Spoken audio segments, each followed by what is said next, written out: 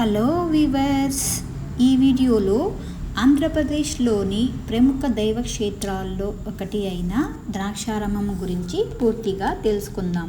ఈ ద్రాక్షారామం యొక్క గొప్పతనము, విశిష్టత చాలామందికి తెలియదు. పరమేశ్వరుడికి తన జీవితంలో జరిగిన అత్యంత విషాదకరమైన సంఘటన ద్రాక్షారామంతో ముడిపడి ఉంది. ఈ ద్రాక్షారామము భారతదేశంలో ఉన్న 18 శక్తిపీఠాల్లో 12వ శక్తిపీఠం, అలాగే పంచారామంలో 4వది. ఈ ద్రాక్షారామాన్ని దక్షిణ కాశీగా కూడా పిలుస్తారు. ద్రాక్షారామం గురించి పూర్తిగా తెలుసుకునే ముందు మీకు కన్నా ఈ వీడియో నచ్చినట్లయితే please like and subscribe my channel. ఇంకా ద్రాక్షారామము కోనసీమ జిల్లాలోని రామచంద్రాపురం మండలంలో కలదు. ఈ ద్రాక్షారామము దాదాపుగా 50 కిలోమీటర్ల దూరంలో రాజమండ్రికి మరియు 30 కిలోమీటర్ల దూరంలో కాకినాడకి ఉంటుంది. ఇంకా ముఖ్యమైన రైల్వే స్టేషన్లు అయితే రాజమండ్రి మరియు కాకినాడ. ఇంకా బస్సెస్ అయితే రాజమండ్రి నుండి కాకినాడ నుండి కానీ ఫ్రీక్వెంట్గా ఉంటాయి. ఇంకా రామచంద్రాపురానికి 5 కిలోమీటర్ల దూరంలో ఈ ద్రాక్షారామం అనేది ఉంటుంది. ఇక్కడ రామచంద్రాపురం నుండి బస్సెస్ కానీ ఆటోస్ కానీ చాలా ఫ్రీక్వెంట్గా ఉంటాయి. ఇంకా ఈ గుడి దగ్గరే స్టే చేయాలనుకుంటే గుడికి సంబంధించిన వసతి గృహాలు గుడి నుండి 1/2 కిలోమీటర్ల దూరంలో ఉన్నాయి. ఇంకా గదులైతే ఏసీ, నాన్ ఏసీ గదులు కూడా ఉన్నాయండి. 800 నుండి 500 వరకు ఛార్జెస్ అనేది ఛార్జ్ చేస్తున్నారు. ఇంకా స్వామివారిని దర్శించుకోవడానికి స్పెషల్ ఎంట్రీ టికెట్ అయితే 50 రూపాయలండి. ఇంకా రద్దీ రోజులైతే సోమవారము మరియు విశేషంగా ఉండే రోజుల్లో భక్తుల రద్దీ అనేది ఎక్కువగా ఉంటుంది. మిగిలిన ఇంకా పూజలు కూడా ప్రత్యేక పూజలు కూడా జరుగుతాయి. మిగిలిన రోజుల్లో అయితే భక్తుల రద్దీ అనేది అంత ఎక్కువగా ఏమీ ఉండదండి.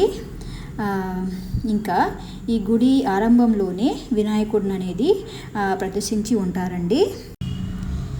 ఇంకా ఇక్కడ కనిపిస్తున్న స్వామివారు వచ్చి విరూపాక్ష స్వామివారు ఇక్కడ శివలింగ అవతారంలో కనిపిస్తున్నారు.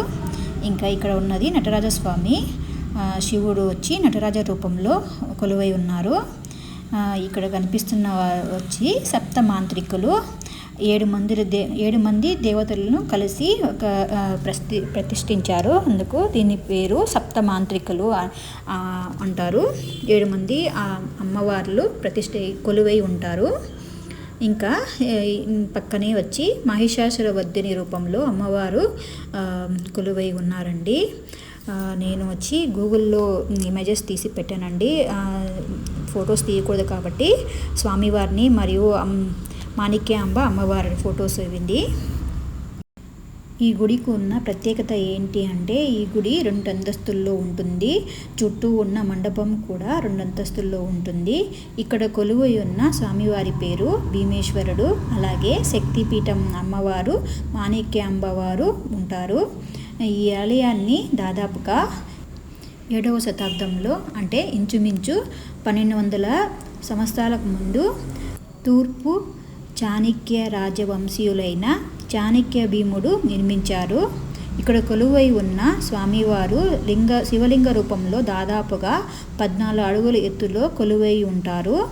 ఇంకా స్వామివారిని దర్శించుకోవాలి అంటే పై అంతస్తులో వెళ్ళి దర్శించుకోవాలి. అక్కడే అభిషేకాలు కూడా పైనే చేస్తారు. ఇంకా స్వామివారు కింద ఉన్న భాగాన్ని చీకటి కోణం అని పిలుస్తారు. ఇంకా మాణిక్యాంబవారు వచ్చి గర్భగుడిలో కాకుండా బయట ఉన్న మండపంలో కొలువై ఉంటారు. ఇక్కడ కనిపిస్తున్న శివుడు వచ్చి రుద్రాక్షలతో ఉంటారు. ఇంకా ఇక్కడ ఆంజనేయ స్వామి విగ్రహము మరియు నవగ్రహాలను ప్రతిష్ఠించి ఉన్నారు. ఇంకా ఇక్కడ స్వామివారిని మరియు అమ్మవారిని విగ్రహాలను పెట్టి బయట పూజిస్తున్నారు. నంది విగ్రహం అండి, చాలా ఎత్తైన నంది విగ్రహము. ఇంకా చాలా ఎత్తైన ధ్వజస్తంభాన్ని ప్రతిష్ఠించారు. ఇంకా ఇక్కడే కాలభైరవ స్వామి ఆలయం కూడా కలదు. ఇక్కడ అష్టభైరవులుని చూడవచ్చు. 8 లింగాలతో కూడిన అష్టభైరవులు ఉంటారు. ఈ శివలింగాల పైన అభిషేకము చేయకూడదు అలా అని బోర్డు కూడా ఇక్కడ పెట్టి ఉంటారు. తర్వాత ఇక్కడ హోమశాల మరియు జలశాల అని ఉన్నాయి.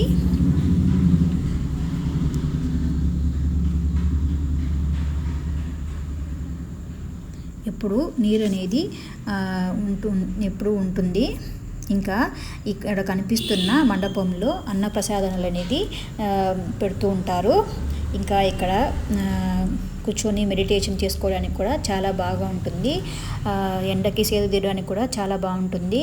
ఈ మండపం కూడా చాలా పురాతనమైనది. ఇంకా ఈ మండపంలో చాలా ఎక్కువ మంది కూర్చోడానికి కూడా ప్లేస్ అనేది ఉంటుంది. ఇంకా ఇక్కడ చూపిస్తున్న రావి చెట్టు వచ్చి దాదాపుగా 1000 సంవత్సరాల నాటి రావి చెట్టు. ఈ రావి చెట్టు మొదట్లో శివలింగము ఉంటుంది. మన మనసులో ఉన్న కోరికలను ఇక్కడ ఉన్న స్వామివారికి చెబితే నెరవేరుతుంది. ఆ కోరికలు నెరవేరిన తర్వాత స్వామివారికి 108 బిందెల నీళ్ళతో అభిషేకం చేయాలి. ఇలా చేస్తే మనం కోరుకున్న కోరికలు కానీ అన్నీ నెరవేరుతాయి. ఇంకా మనకు ఏమైనా సర్పదోషాలు, నాగదోషాలు ఏమైనా ఉంటే కూడా ఇక్కడ పూజలు చేస్తే తొలగిపోతాయండి. ఇక్కడ ఉన్న కొలనులో నీళ్ళను తీసుకొని వెళ్ళి స్వామివారికి అభిషేకము చేస్తారండి. చూడండి, కొలనులో కూడా అష్ట దేవతలని ప్రతిష్ఠించారు.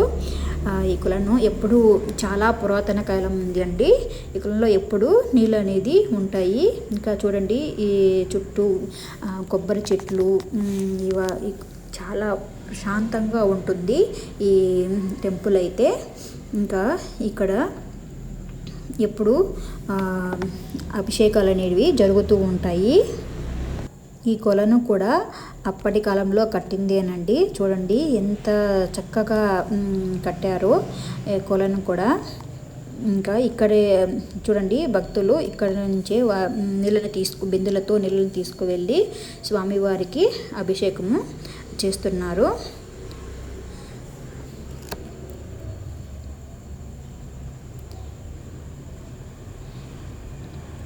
నిత్యము పూజలు అనేటివి జరుగుతూ ఉంటాయి. ఇంకా ఈ స్వామివారి విశిష్టతని ఇక్కడున్న పూజారి వివరిస్తున్నారు.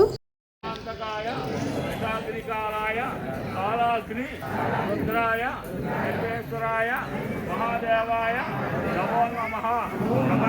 నాగదోష అనుకోండి, కొంతమంది ఉంటుంది. నాగదోష, సర్పదోష నివారణార్థం నమోస్తుతే. నాగదోషం ఉందంటే పిల్లలకి వివాహాలు అవ్వవు. వివాహం ఎందుకు వాళ్ళకి సంతానం కలగరు.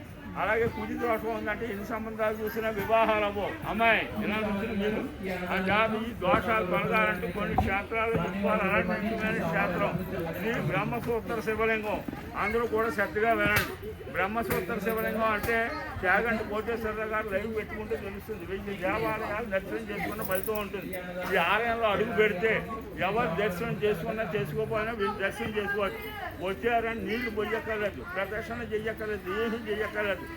ఇక్కడ భగవంతుడు వచ్చాక ఏం కోరుకుంటే ఆ కోరిక నెరవేరుతుంది. ఇలా అనుకోండి, మీ కోరిక చెప్తాను, ఏదో ఒకటి కోరుకోండి. చెప్పండి. యాదేవి సర్వ భూతేషు చెప్పండి. వస్తు రూపేణ, ధన రూపేణ, సంతాన రూపేణ, విద్యా రూపేణ, ఉద్యోగ రూపేణ, వివాహ రూపేణ, వ్యవసాయ రూపేణ, వ్యాపార రూపేణ, అధికార రూపేణ, ఆరోగ్య రూపేణ, గృహ రూపేణ, వాహన రూపేణ, దీక్షా రూపేణ, శాంతి రూపేణ. నమస్తస్యై నమస్తస్యై నమో నమః. చెప్పండి. వృక్ష దేవత బ్రహ్మ విష్ణు మహేశ్వర శంకర నారాయణ చెప్పండి. ధన కనక వాహన రామగర్ధం దేహి దేహి దేహి చెప్పండి. సామర్లకోట, ద్రాక్షారామ, పాలకొల్లు, భీమవరం, అమరావతి పుణ్యక్షేత్ర దర్శన నమోస్తుతే. ఒక్కసారి హరహర మహాదేవ అంటాం. శంభో శంకర విజయనం గట్టిగా అనుకోండి. హరహర మహాదేవ, శంభో శంకర, శంభో శంకర, గోవింద గోవింద కుటుంబ దర్శన